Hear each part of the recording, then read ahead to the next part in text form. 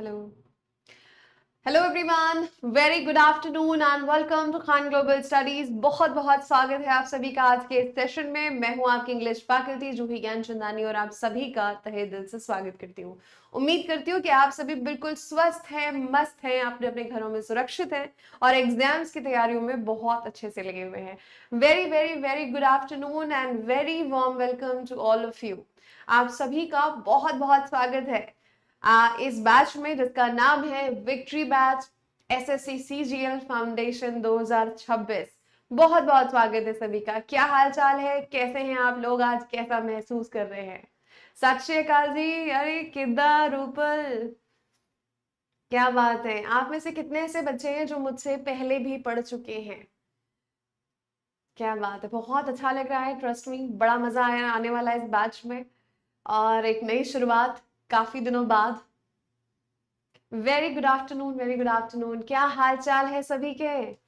क्या बात है, क्या बात है, बहुत बढ़िया। हाँ जी, आप में से ऐसे कितने बच्चे हैं जो ऑलरेडी मेरे से पहले पढ़ चुके हैं? क्योंकि मुझे कुछ बच्चे दिख रहे हैं यहाँ पे, है ना, जो पहले भी आ चुके हैं क्लासेस में।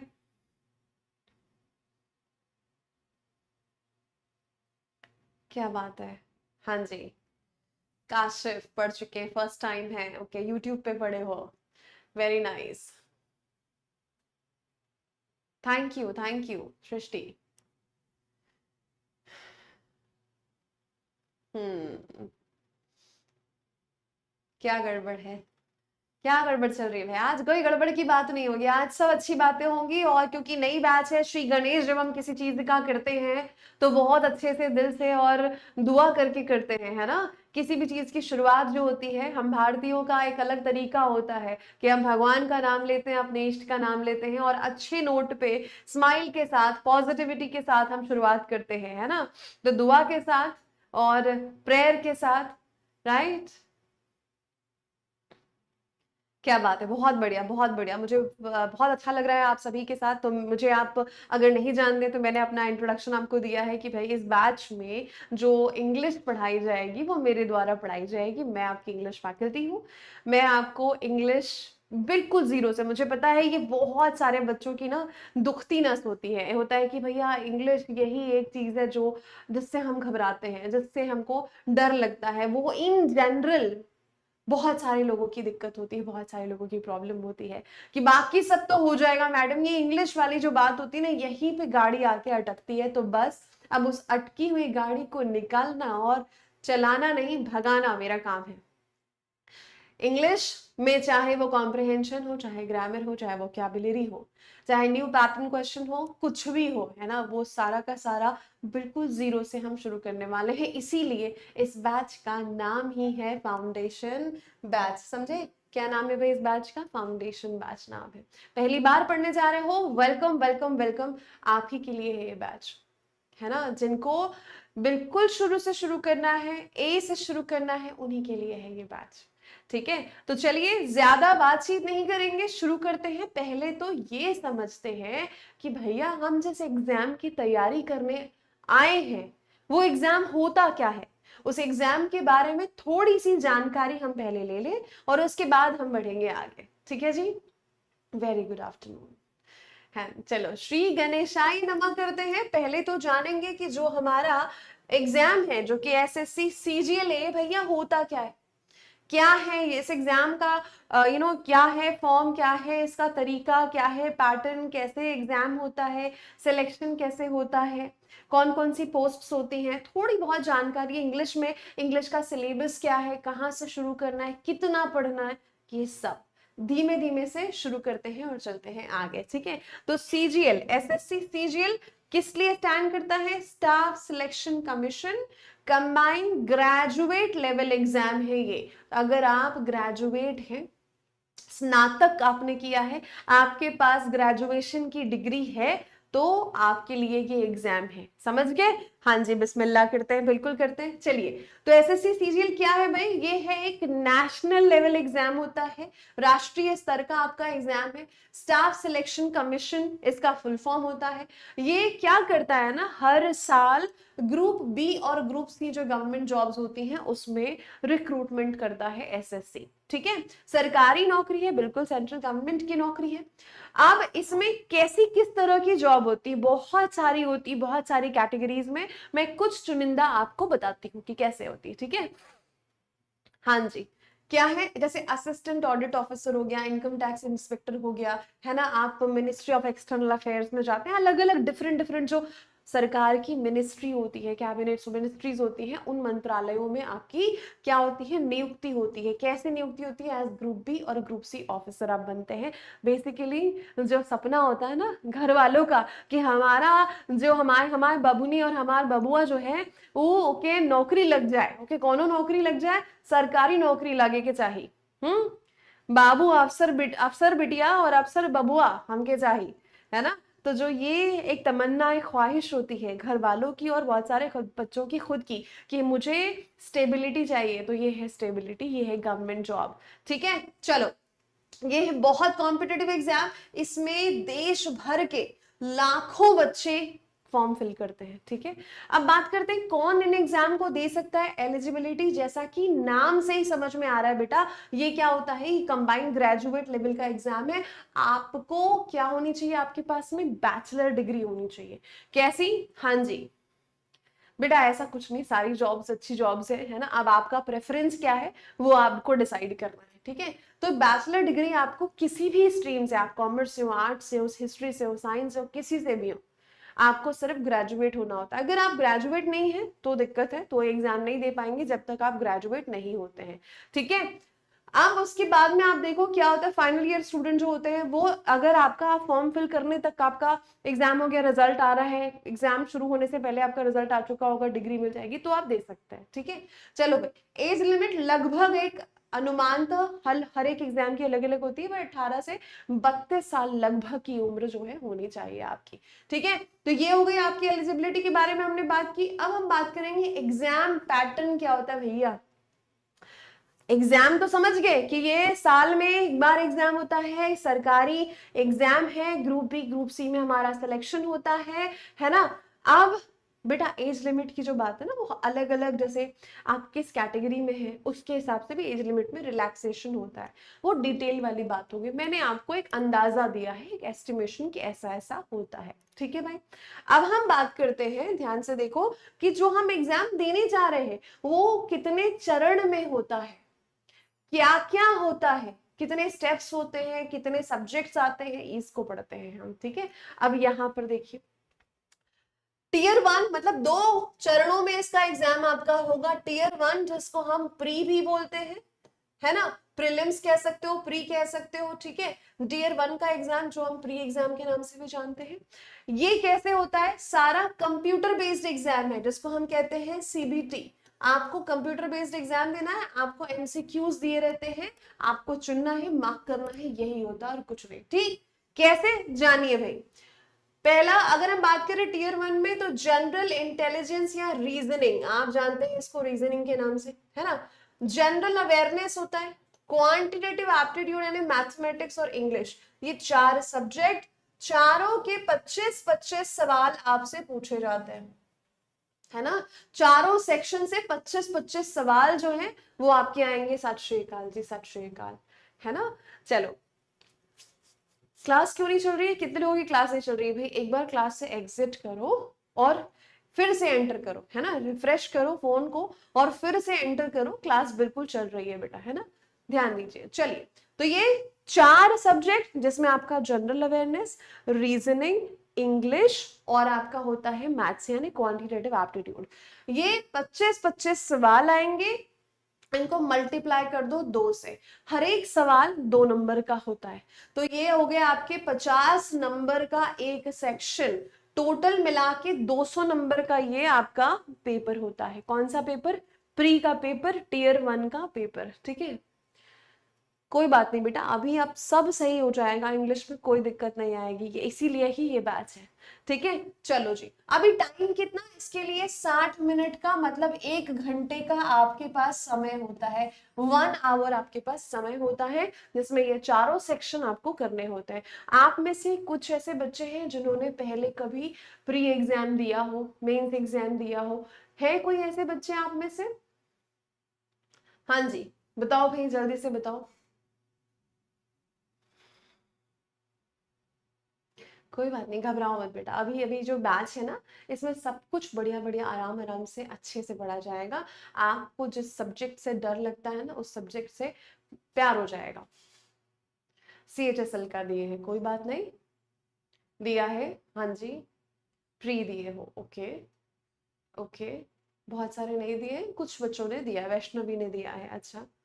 और CHSL दिया तनवीर आपने, ओके। हाँ, रीडिंग कॉम्प्रहेंशन आता है इसमें। हाँ बिल्कुल मिलेगा, बिल्कुल मिलेगा, है ना। चलो जी, फर्स्ट टाइम देने वाले हो गवर्नमेंट एग्जाम, कोई बात नहीं। इंग्लिश की बेटा, अगर आपने बैच ले ली है ना प्रियंका, कोई किताब लेने की जरूरत नहीं है आपको। बैच ले ली ना आपने, दैट्स इट, खत्म। कोई किताब की जरूरत नहीं है आपको। नोट्स ही इस तरीके से मिलेंगे ना, बहुत ही बढ़िया शानदार तरीके से, कि जो मैंने पढ़ाया उससे फिर वो पूरे कॉन्सेप्ट्स को क्लियर करेगा। किसी किताब की जरूरत नहीं है, ठीक है, चल कोई बात नहीं। तो ये होता है आपका प्री का पैटर्न, समझ में आई बात? ठीक भाई। अब आओ, इसके बाद अगर आप ये एग्जाम क्वालिफाई करते हो, प्री आपका निकलता है, तो आप एलिजिबल होते हो मेंस देने के लिए। प्री, हाँ जी, क्वालिफाई अगर आपने किया तो आप मेंस देने आते हो। अब Tier 2 जिसको हम कहते हैं मेंस एग्जाम, है ना, जो बच्चे बिल्कुल नए हैं, जिनको पता ही नहीं एग्जाम के बारे में, ये जानकारी उनके लिए। मेंस एग्जाम की बात करेंगे तो इसमें 2 पेपर होता है, एक पेपर 1 और एक पेपर 2। बट पेपर 2 वही स्टूडेंट देते हैं जिनको, किसमें, और जिनको मतलब audit officer and all, statistical officer and all में जाना है ना, वही देते हैं। तो पेपर 1 सबके लिए कॉमन होता है, पेपर 2 के लिए चॉइस होती है कि आपको अगर उस फील्ड में जाना है ना, तो ही आप ये एग्जाम देते हैं स्टैटिस्टिक्स का, ठीक है। तो पेपर 1 की हम बात करते हैं, जो सभी के लिए जरूरी है, जिसका समय होता है 2 घंटे और 30 मिनट का। अब इसको देखो ध्यान से, है ना, कैसे इंग्लिश जो सब्जेक्ट है उसका भारी भरकम वेटेज होता है ना। अरे बिल्कुल आएगा नितिन, है ना। निधि बेटा बहुत अच्छे से समझाएंगे, आप डर क्यों रहे हो, अभी रुको तो, थाम जरा थाम, है ना। बिल्कुल प्रैक्टिस भी कराएंगे। तो जो सबके लिए जरूरी पेपर है मेंस का पेपर, उसकी बात करते हैं। इसमें भी आपके सेशन होते हैं, सेशन 1, सेशन 2।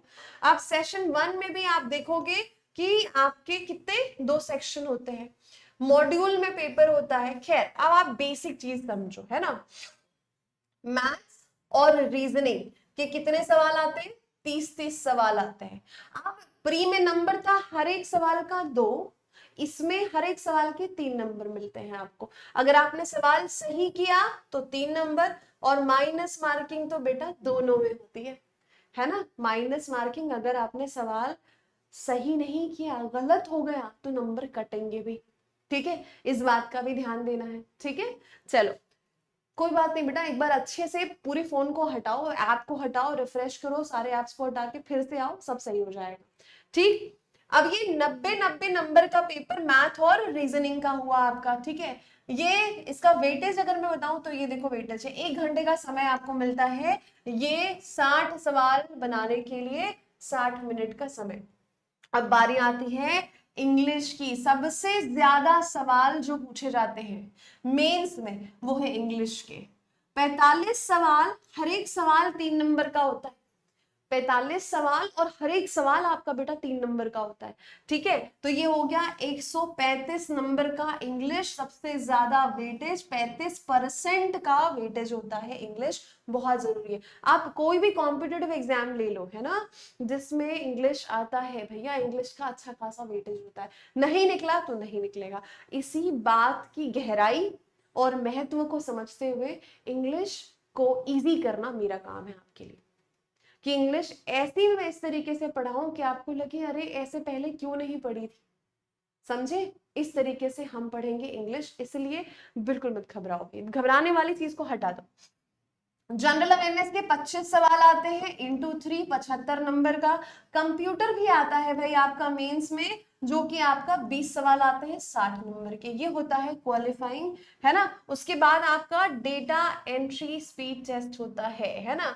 तो ये जो पेपर होता है डेटा एंट्री का, ये भी क्वालिफाइंग होता है। 15 मिनट कंप्यूटर, 15 मिनट ये वाले टेस्ट के लिए होते हैं आपके। तो आपका पूरा का पूरा 2 घंटे 30 मिनट का समय यहाँ पर पता चल गया। माइनस मार्किंग भी होती है, ध्यान से देखेंगे, ठीक है। मैथ, इंग्लिश, रीजनिंग ओके होता है, अच्छा जी।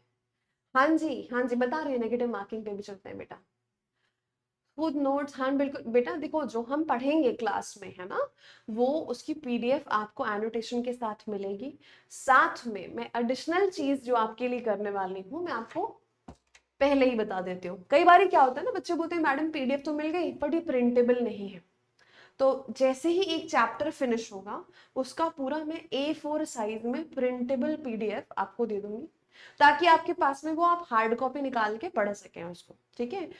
प्रैक्टिस क्वेश्चन का सेट पीडीएफ के फॉर्मेट में, A4 साइज के पीडीएफ के फॉर्मेट में आपको मिल जाएगा। प्रैक्टिस क्वेश्चंस, समझ में आई बात।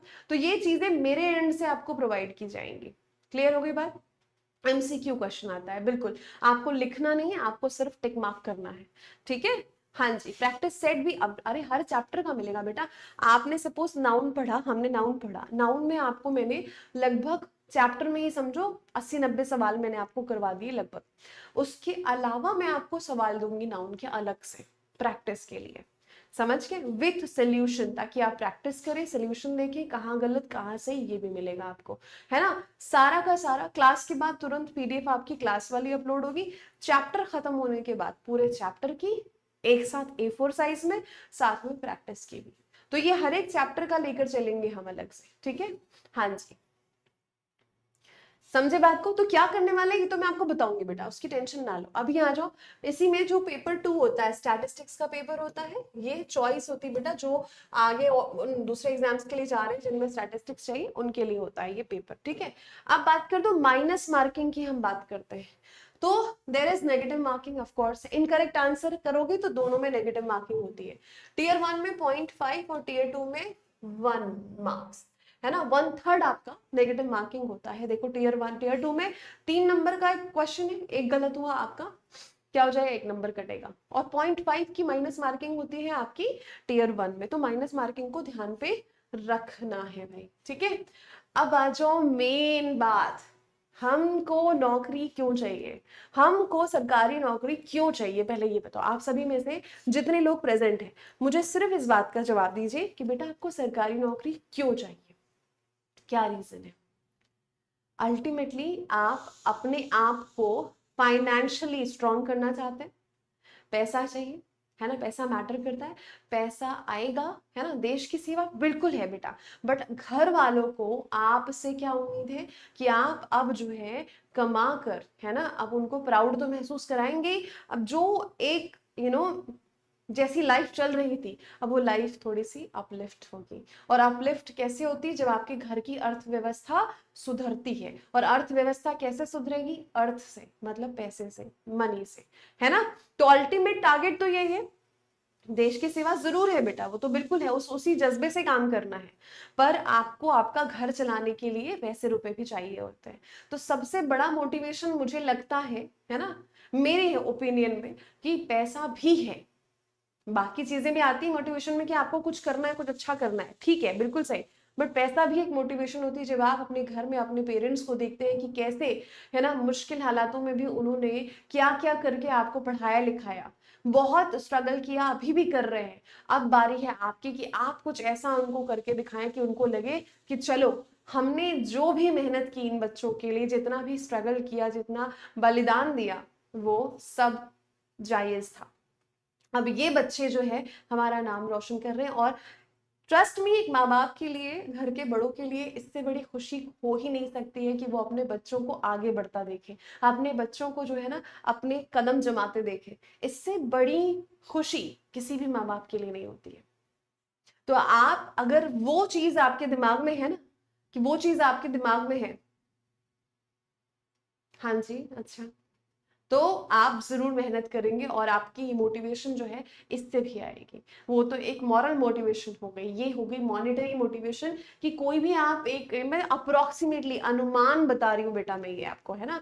अब कोई भी इसमें से नौकरी आपको जो मिलती है लगभग 25-30 हजार से शुरू होके वो 60 हजार तक तो रहेगी रहेगी। साथ में आपको ये 7th पे कमीशन बोलते हैं ना, 7वां वेतनमान जो होता है वो भी मिलेगा। प्लस अब सरकारी नौकरी है, सरकारी नौकरी के बहुत और फायदे होते हैं, एक नहीं कई और फायदे होते हैं सरकारी नौकरी के, समझे आप। तो वो भी आपको मिलेंगे इसमें। तो आप सोचिए कि आप नहीं, आपके साथ एक इंसान की अगर सरकारी नौकरी लगती है ना, तो वो पूरा परिवार जो है एक तरीके से सिक्योर और सुरक्षित महसूस करता है कि नहीं, है ना, सुरक्षित महसूस करता है ना। यस, बिल्कुल सही। तो ये है भाई, ये मोटिवेशन जिसके लिए आपको काम करना है। ये तो मैंने सिर्फ एक अनुमान बताया है बेटा, इससे ज्यादा भी होता है, ठीक है, 7th पे कमीशन वगैरह ऐड होने के बाद। तो ये हो गया आपका, है ना, एग्जाम की जानकारी जो मैंने आपको दी कि सीजीएल एग्जाम होता क्या है, कितने स्टेप्स में आपका पेपर होगा। 2 ही स्टेप है बेटा, प्री होता है, मेंस होता है। प्री की तैयारी हमको अभी तैयारी करते समय, अभी तो फाउंडेशन से हम शुरू कर रहे हैं, बिल्कुल बेस से शुरू कर रहे हैं, बट इसका ये मतलब नहीं है कि आपने सिर्फ बेस तक ही रहना है। आपको मेंस का सोच के तैयारी करनी है कि हमको प्री नहीं, हमको मेंस भी निकालना है, ठीक है। और ये दिमाग में रहेगा ना, तो फिर आप क्या करोगे, तो फिर आप बहुत अच्छे से काम करोगे बेटा। 7वां वेतनमान जो होता है ना, जिसमें आपको एडिशनल पैसे वगैरह ऐड होके मिलते हैं, 7वां वेतनमान जिसको कहते हैं दिव्या, वही है वो, ठीक है। चलो, प्री में सेम होता है मैम, क्या सेम होता है राहुल, किस चीज की बात कर रहे हैं? नहीं नहीं, इंटरव्यू नहीं है बेटा, tier 1 tier 2 that is it. पहले होता था, अब नहीं है, है ना, पहले होता था, अब नहीं है, ठीक है मुकुंद। चलिए शुरू करें, रेडी है? यहां तक की जानकारी सबको समझ में आ गई? अरे हाँ या ना बताओ जल्दी से। फिर हम चलेंगे अपने सब्जेक्ट के नॉलेज पे, इंग्लिश पे चलेंगे भाई हम, ठीक है। Yes, ready, are we ready कि हम अभी इंग्लिश के बारे में जानकारी लें? आज समझेंगे, जानेंगे कि पढ़ना क्या क्या है हमको, है ना। क्वेश्चन का लेवल थोड़ा सा और नंबर ऑफ क्वेश्चंस भी बढ़ते हैं बेटा, है ना राहुल।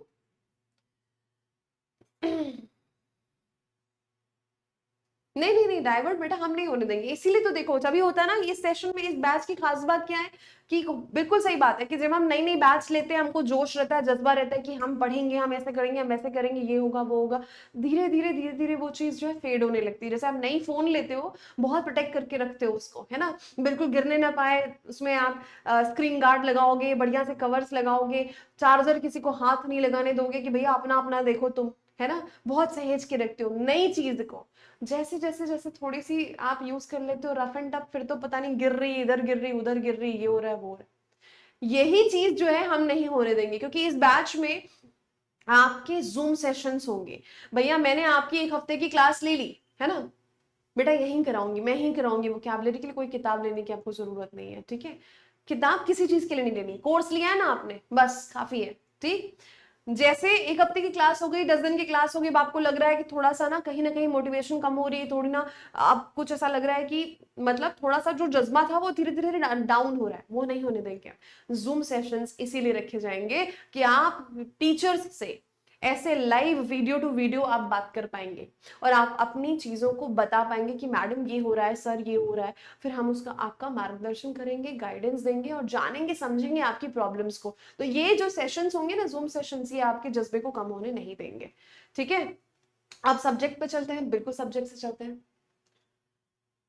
बिल्कुल बिल्कुल, उसकी चिंता ही मत करो बेटा, है ना। चलिए, अब ध्यान से, अभी जूम सेशन जब होगा तब आपको उसकी लिंक विंक प्रोवाइड कर दी जाएगी। इंग्लिश की बात करते हैं बेटा। इंग्लिश जो है ना, जो दिमाग में आप लोग इतना हुआ बना के चलते हो कि बहुत याद करना पड़ेगा, बहुत नियम होंगे, बहुत कानून होंगे, बहुत वो क्या बोलती, सब कुछ होता है। बट ये हर सब्जेक्ट में ना, मैथ्स में रूल्स नहीं होते। आपको जीके जीएस में क्या होता है, आपको डेट्स नहीं याद करनी पड़ती, आपको इवेंट्स नहीं याद करने पड़ते, आपको किस दिन क्या होता है ये नहीं याद करना पड़ता, सब करना पड़ता है।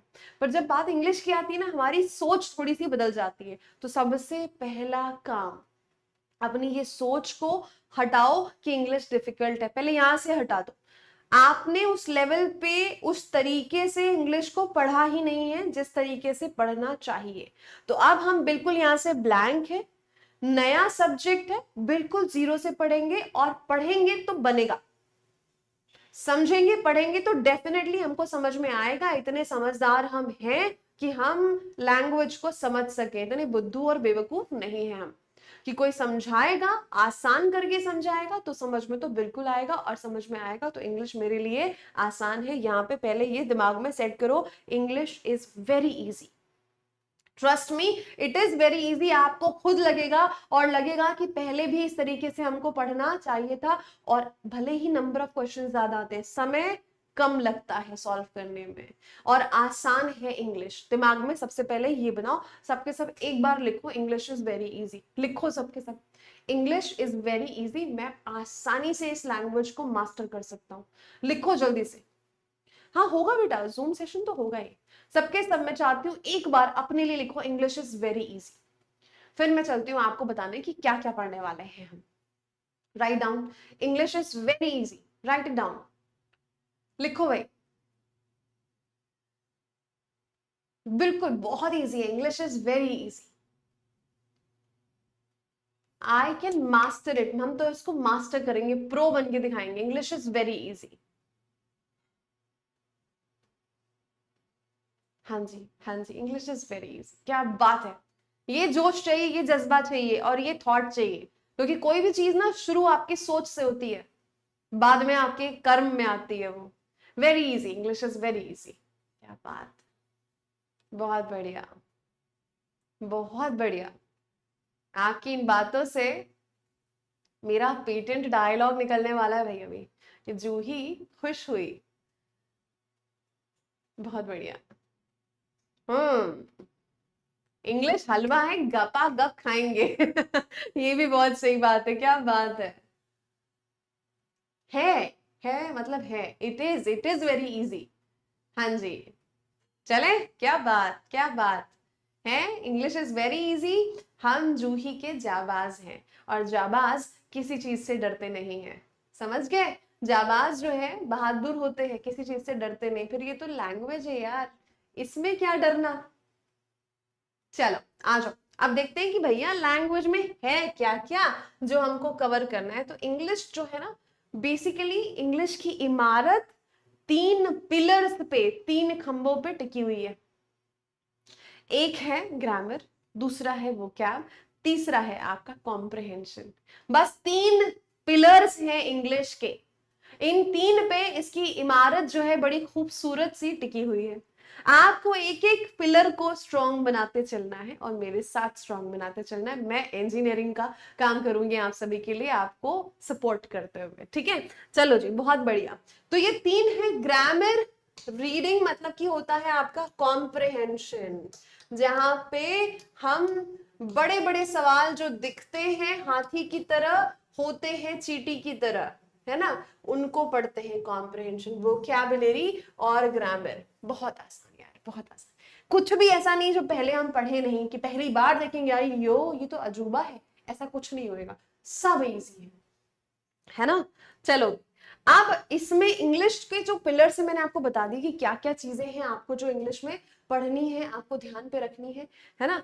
ग्रामर, और ग्रामर में आपका जो है, ये देखिए मैं आपको इनको भी ना डाइसेक्ट कर देती हूँ। चलो, ये मैंने बोला रीडिंग है, इसमें क्या क्या आता है। एक तो आपका आता है रीडिंग कॉम्प्रिहेंशन, है ना, एक तो आपका आता है रीडिंग कॉम्प्रिहेंशन।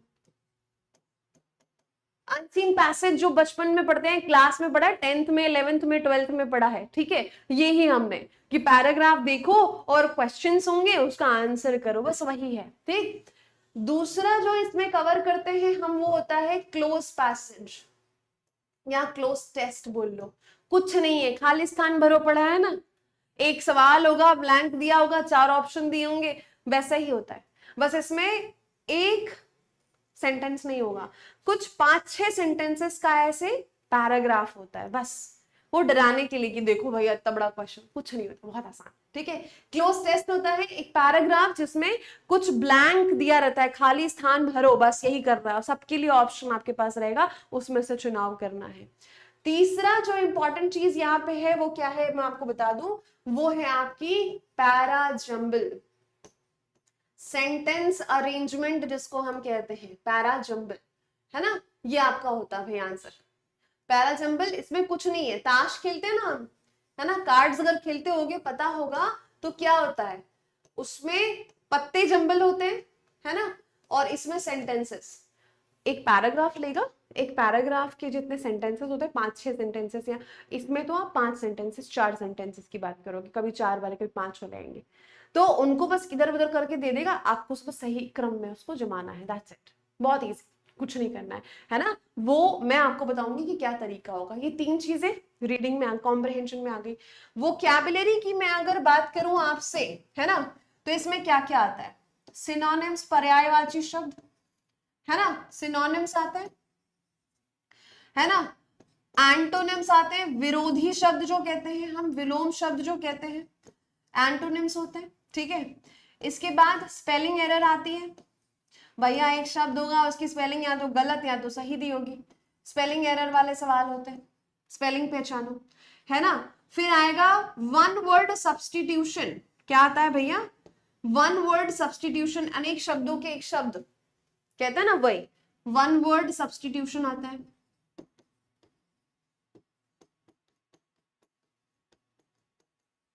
ठीक है, 5वां आपका इडियम्स एंड फ्रेजेस, है ना, मुहावरे जिसको हम कहते हैं, क्या कहते हैं, इडियम्स एंड फ्रेजेस, मुहावरे जो होते हैं, ठीक। अब इसके बाद और क्या सेक्शन, ये बेसिकली मेजर 5 है, ठीक। इसके बाद मैं आपको जो पढ़ाऊंगी वो होगा होमोफोन, होमोनिम, एक जैसे साउंड करने वाले, एक जैसे दिखने वाले शब्द जो होते हैं, होमोफोन या होमोनिम जो भी बोल लो आप इनको, ठीक है। इसके बाद यहाँ पे और क्या चीज होती है वो मैं आपको बताती हूँ, ध्यान से देखना, है ना। होमोफोन होमोनिम हो गया, फ्रेजल वर्ब आ जाएगा यहाँ पे, ये है आपका वोकैबुलरी, ठीक। इतने शब्द बेसिकली 5, है ना, ये आपकी वोकैबुलरी होगी, बहुत आसान, है ना। मैं आपको बताऊंगी कि कैसे कैसे पढ़ना, और वोकैब पढ़ना इतना आसान हो जाएगा ना कि मजे ही आने वाले हैं भाई। ग्रामर में क्या आता है भैया, पार्ट ऑफ स्पीच, जिसको हम अभी पढ़ने वाले हैं आगे, पार्ट्स ऑफ स्पीच, ठीक है, टेंसेस, ठीक है, टेंसेस पढ़ोगे, पार्ट्स ऑफ स्पीच पढ़ोगे, वॉइस पढ़ोगे, नरेशन पढ़ोगे, ठीक है। अब ना ये एडी चोटी, मतलब एडिक्विटी ने जो कुछ चैप्टर्स ऐड कर दिए हैं वो मैं आपको बताती हूँ कि जो नए पैटर्न पे चैप्टर्स ऐड हुए हैं वो क्या है, वो आपके हैं फ्रेजेस और क्लॉजेस। मतलब कि ये अलग से मैं पढ़ाऊंगी जरूर, बट ये हिस्सा तो पार्ट ऑफ स्पीच का ही है कहीं ना कहीं, ठीक है। इसके बाद जो चैप्टर आपका ऐड हुआ है वो है फिगर ऑफ स्पीच, अलंकार वगैरह जो होते हैं ना, वो फिगर ऑफ स्पीच, ठीक है। इसके बाद आपको बता दूं पंक्चुएशन,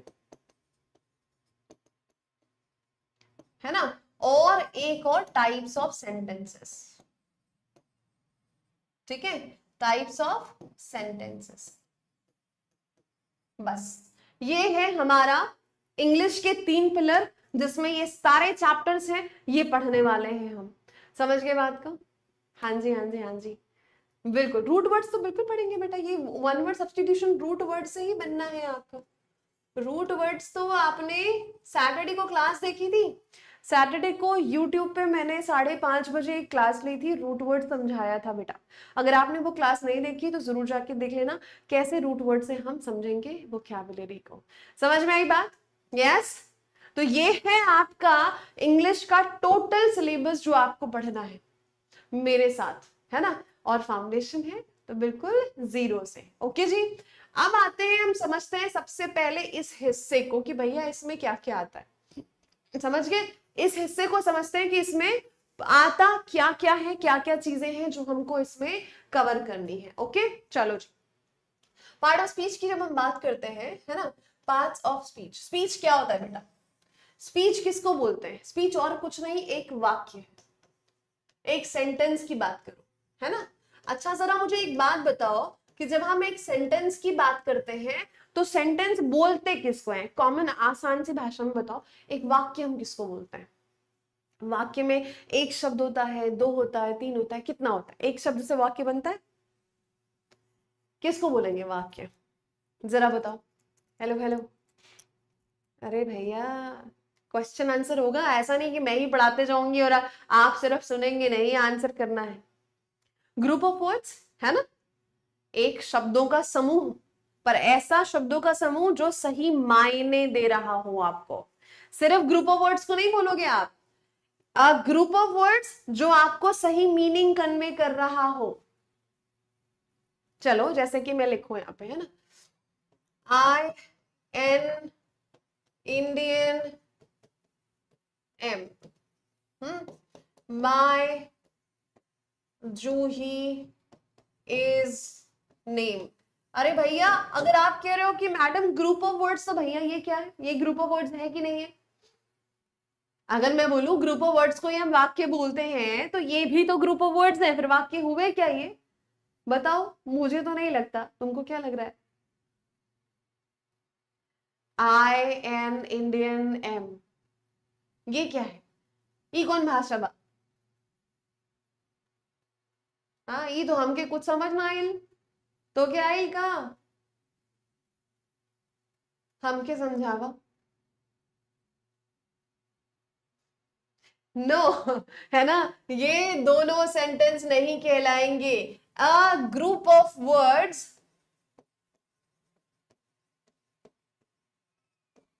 दैट कन्वेज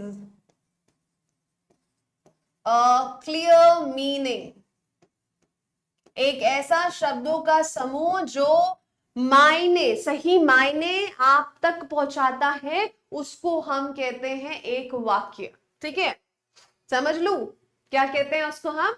उसको हम कहते हैं एक वाक्य। ठीक है, ग्रुप ऑफ वर्ड्स जो आपको सही मायने कन्वे करता है, उसको हम कहते हैं वाक्य। और वाक्य ग्रुप ऑफ वर्ड्स से बनता है, और अलग अलग वर्ड्स को, जैसे इसी को ठीक करते हैं, चलो भाई इसी को ठीक करें।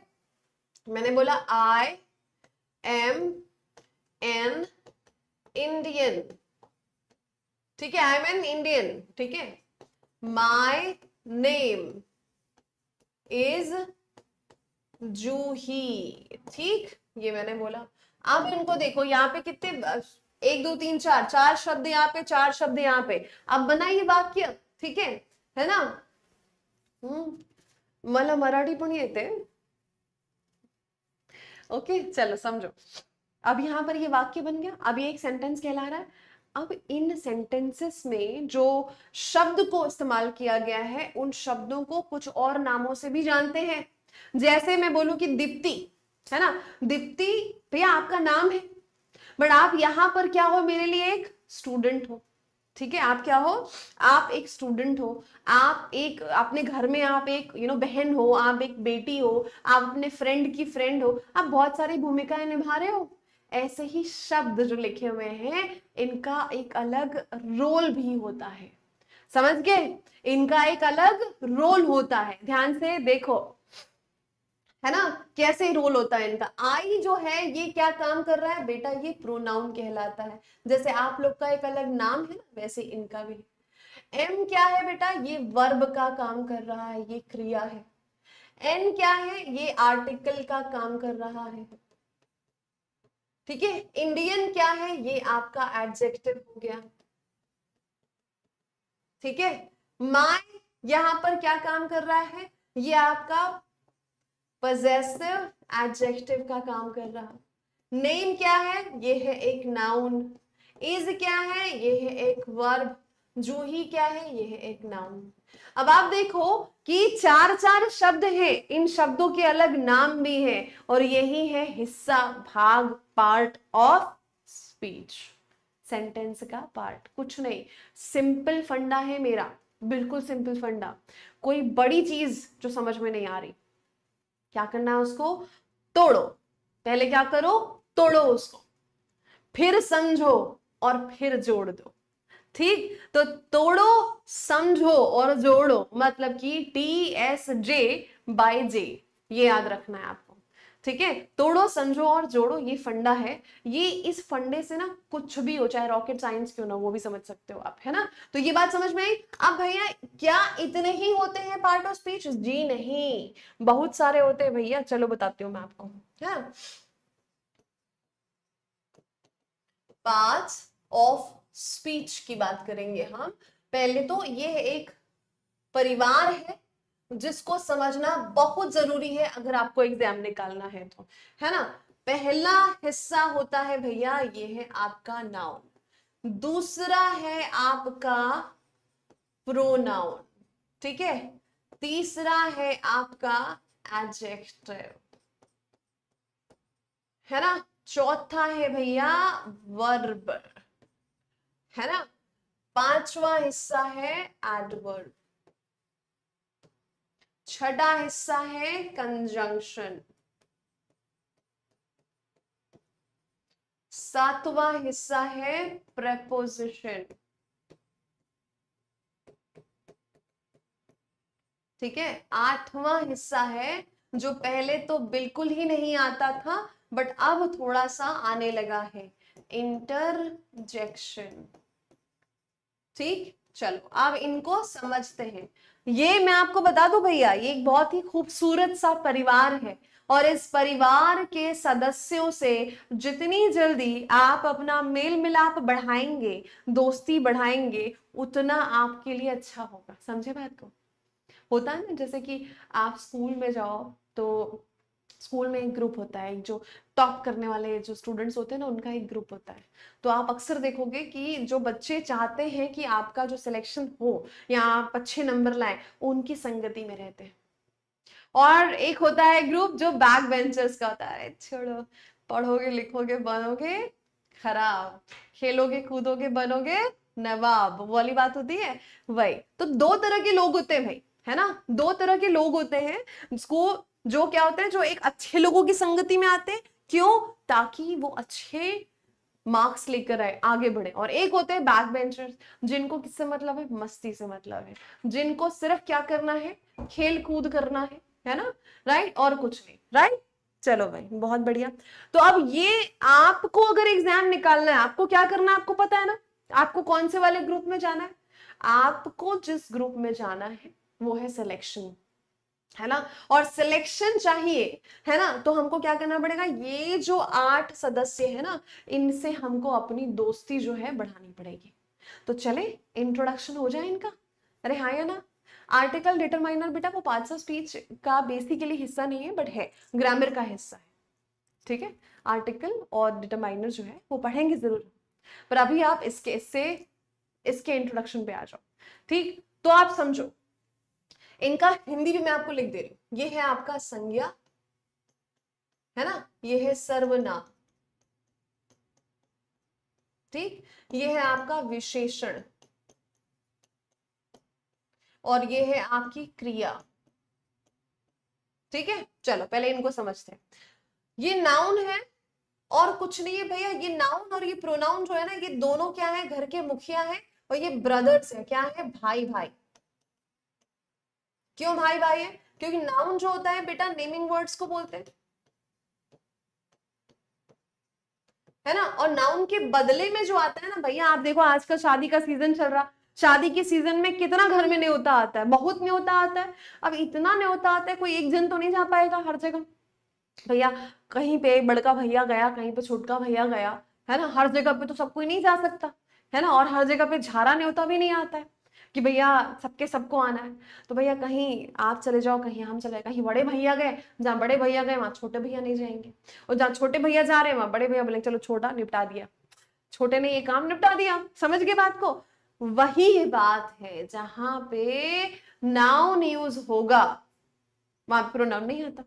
और जहां नाउन नाउन बार बार जा रहा है तो क्या बोलता है? ठीक है भैया अब तू चला जा, ठीक, हाँ जी। अब क्या हो जाएगा? आप थोड़ा सा जो काम है वो आप निपटा दो, यहाँ पे तुम चले जाओ। मतलब नाउन के बदले में जो शब्द आता है उसको हम प्रोनाउन बोलते हैं। इसीलिए ई बड़का भैया हा और ई कौन हा? ई छुटका भैया हा।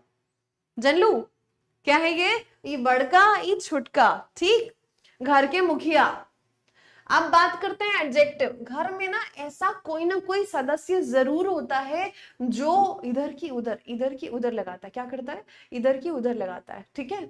मतलब इसकी बात उसको, उसकी बात इसको करता है। तो ये जो घर का सदस्य है ना, ये पत्रकार की तरह काम करता है।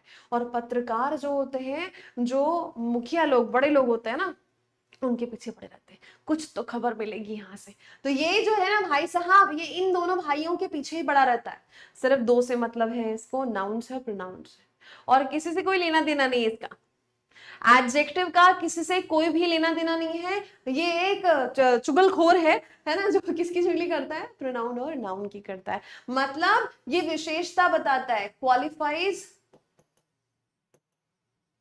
Noun and pronoun. ठीक है, क्या करता है, नाउन और प्रोनाउन को ही क्वालिफाई करता है। यस, समझे बात को? अरे हाँ या ना? कौन से सर जैसा बेटा? ठीक, आ जाओ। फिर आ जाओ वर्ब पे। ये है एक्शन वर्ड्स, इनको हम जानते हैं एक्शन से, है ना। एक्शन, स्टेट, पोजेशन सब होता है, पर आप इतना समझो अभी, ये घर की महिलाएं होती है ना, जो आपको देखना भोर होते ही उठ जाएंगे और रात को सबके सोने के बाद सोती हैं, सारा काम निपटा के सबको खाना खिलाना, है ना, कपड़े धुलना, घर साफ करना, हर चीज करना, काम ही करते रहते हैं, काम ही करते रहते हैं। घर की महिलाएं आप देखो, दादी हो, चाची हो, मम्मी हो, बड़ी मम्मी हो, जो भी हो घर पे, बहन हो, वो सब आपको कुछ ना कुछ काम करते ही दिखेंगे, है ना। सुबह से काम कर रहे हैं और काम ही कर रहे हैं, और कुछ नहीं तो मटर छीलते दिखेंगे आजकल आपको, और कुछ नहीं तो बोलेंगे लाओ भाई लहसुन ही छील के रख दे, है ना। ये चावल चुनते दिखेंगे, गेहूं बीनते दिखेंगे, राइट, है ना। यही सब, तो ये जो है ना, ये महिलाएं काम करती, कामकाजी, बहुत काम, इनका काम ही काम करना है। ठीक है, इनका काम ही काम करना है, घर की महिलाएं कामकाजी। ठीक, अब ये एडवर्ब जो है ना, देखो ये एड किसमें, वर्ब में, इसको कहते हैं क्रिया विशेषण। क्या कहते हैं भैया, इनको कहते हैं क्रिया विशेषण। मतलब ये विशेषता बताता है, ये भी विशेषता बता रहा है किसकी, ये वर्ब की बताएगा, है ना, वर्ब से मतलब रखता है, और अपने आप से मतलब रखता है एडवर्ब से भी, और ये इससे भी मतलब रखता है, ये जो दूसरों पे नजर रखता है ना, नाउन प्रोनाउन, बड़का भैया छुटका भैया, कहाँ गई, हाँ कौन आई, कहाँ से कितना मिलिंग, है ना, ये सब जो होता है ना, उसकी जानकारी ये रखता है एडजेक्टिव। अब एडजेक्टिव की जानकारी जो आगे देगा वो देता है एडवर्ब, कोई तो उसके ऊपर भी होना चाहिए, है ना। पीडीएफ कब मिलेगा बेटा, क्लास खत्म होने के बाद मिलेगा पीडीएफ, है ना, क्लास खत्म होगी पीडीएफ मिल जाएगा। यस, है ना, बहुत बढ़िया। तो ये एडजेक्टिव, एडवर्ब और वर्ब तीनों के बारे में जानकारी देता है।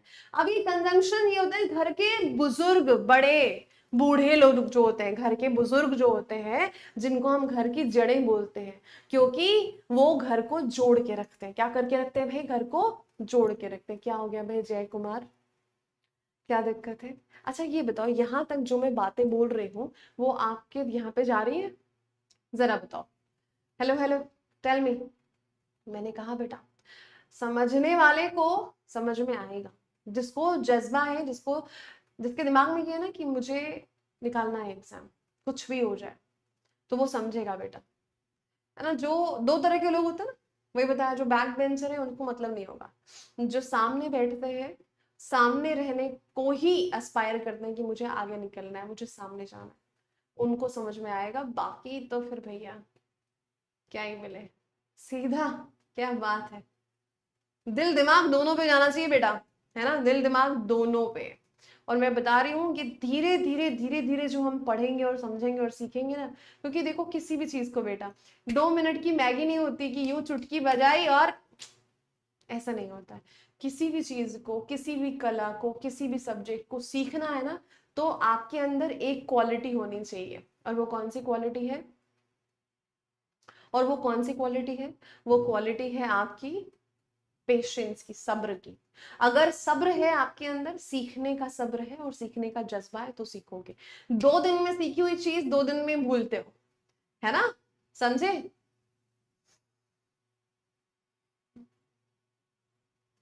हाँ, यस। कोई बात नहीं, चलो आ जाओ। ठीक, तो कंजंक्शन जो है घर की जड़ें होती हैं, घर के ये क्या है, बुजुर्ग हैं। कौन है ये बुजुर्ग, जो क्या करते हैं, घर को जोड़ के रखते हैं। ये क्या होते हैं, ये जॉइनर्स कहलाएंगे बेटा। ये क्या करते हैं, पूरे घर को, पूरे परिवार को जोड़ के रखते हैं। तो कंजंक्शंस में भी ना ऐसे शब्द आते हैं। हाँ जी।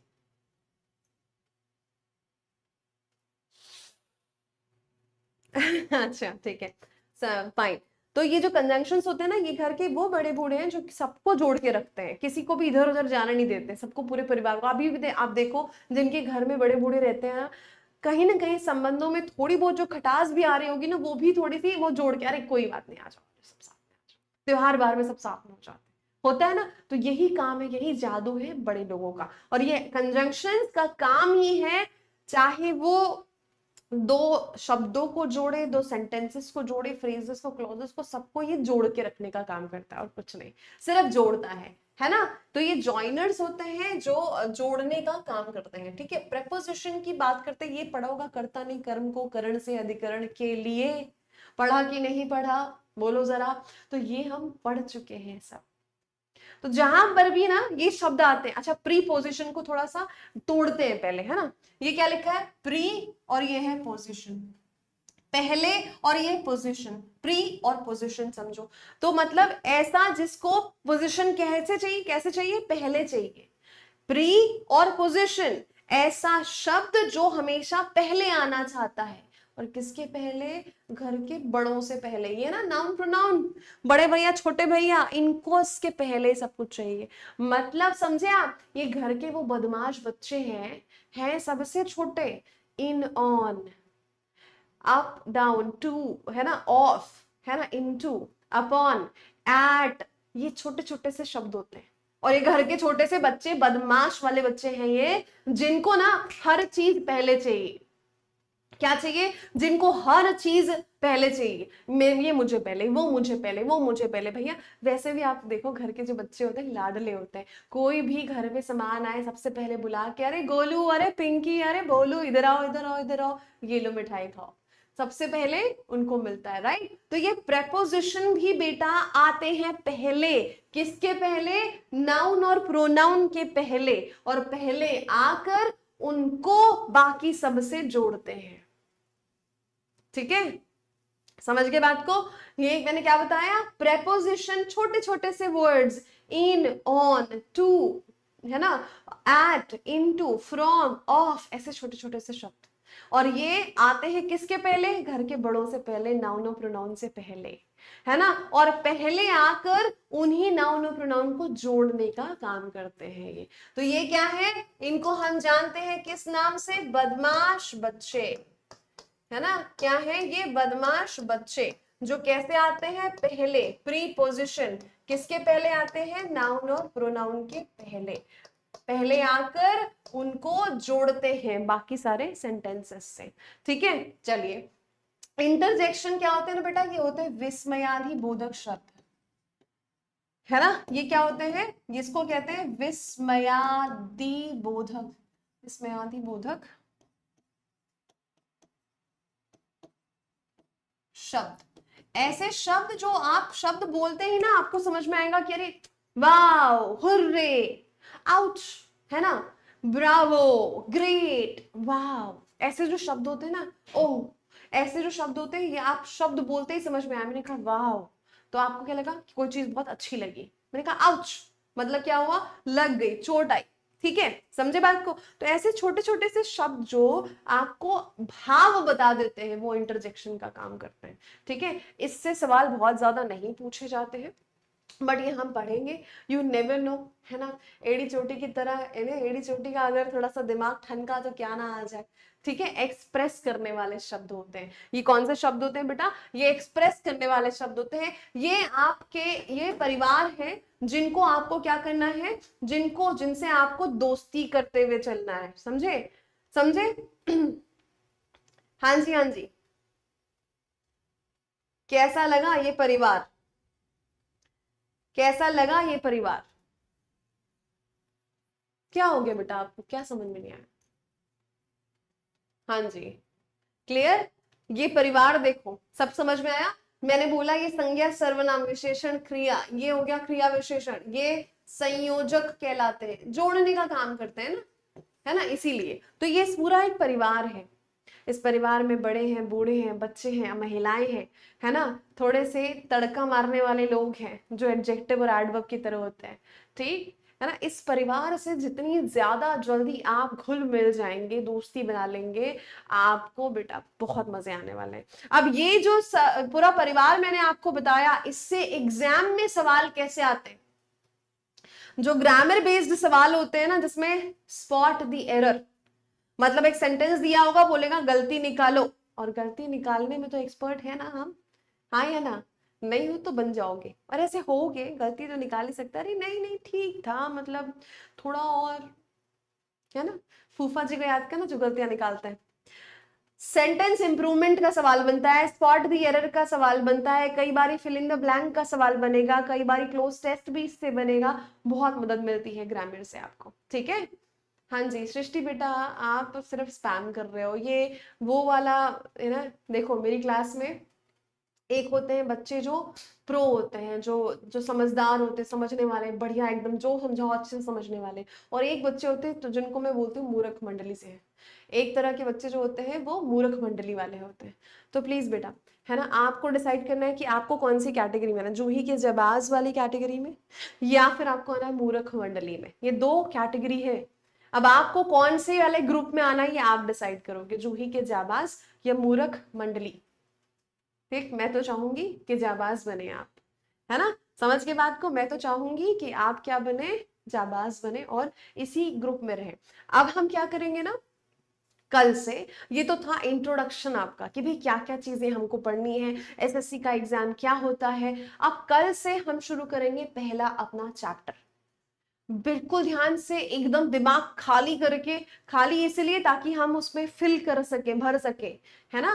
तो बिल्कुल इस तरह से बैठना कि आज मैं सीखने आया हूँ, सीखने आई हूँ, और ये बहुत आसान चीज है, सीधे मेरा दिमाग में जाएगी, सीधे यहाँ बस जाएगी। ये सोच कर ही आएंगे, इसी जज्बे से आएंगे कल की क्लास में, ठीक है। उम्मीद करती हूँ कि आज जो मैंने समझाया वो आपको चीजें समझ में आई हैं। अगर हाँ तो लिख कर बता दो भाई एक बार, है ना, लिख कर बता दो एक बार जल्दी से। का बोली तो के हम भोजपुरी में, कैसे लगे तो के क्लास, हाँ, सब कुछ दिमाग में गए। हम्म। यूट्यूब पर क्लास बेटा 12 से 1 होती है मेरी सृष्टि, है ना। यस। पीडीएफ बेटा अभी आपको जो ये लेक्चर खत्म होगा ना, नीचे पीडीएफ नोट्स लिखे रहते हैं, वहां पीडीएफ मिल जाएगा आपको। हम्म। क्या बात है,